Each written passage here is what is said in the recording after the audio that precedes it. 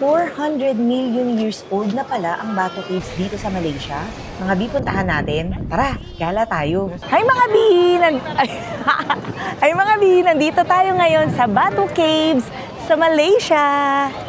Isa to sa pinakasikat na tourist or travel destinations dito sa Kuala Lumpur, Malaysia. Halika, try natin. Pasok tayo. 15 kilometers ang estimated distance from KL Central at meron talagang dedicated train line diretso sa Batu Caves. Smooth, mabilis, at around 50 pesos lang ang pamasahe. Ang gaan sa bulsa, di ba?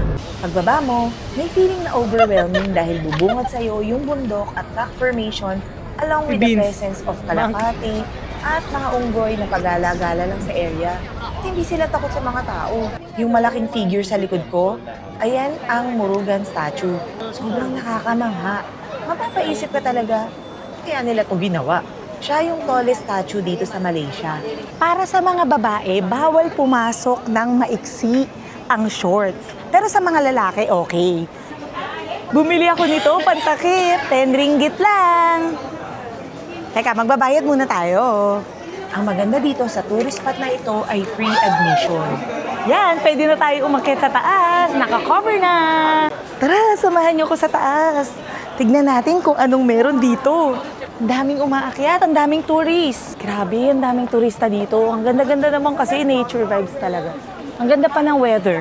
Presko, kasi maraming puno. Habang inaakyat nga namin ng stairs papunta sa main cave, mapapansin mo yung army of monkeys.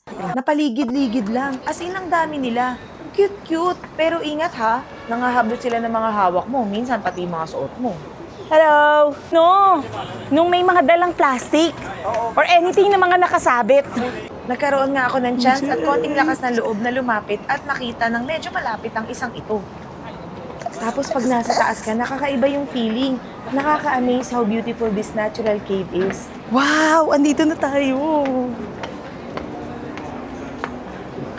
Success! Tingnan mo yung inakyat natin!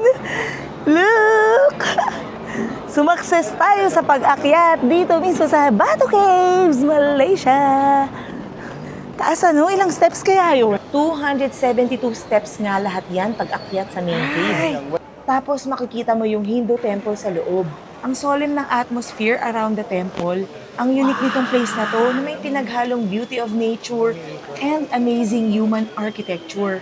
Dahil sa detalye ng makulay at magagandang temples, grabing effort talaga para magawa nila lahat ng ito. Promise mga B, worth it ang pag-akyat. Ang ganda ng view at sa history ng lugar na ito, parang nabura agad yung pagod ko. Kaya kung pupunta ka ng Malaysia, huwag mong i-skip itong lugar na ito. Yun lang mga B. Bye-bye!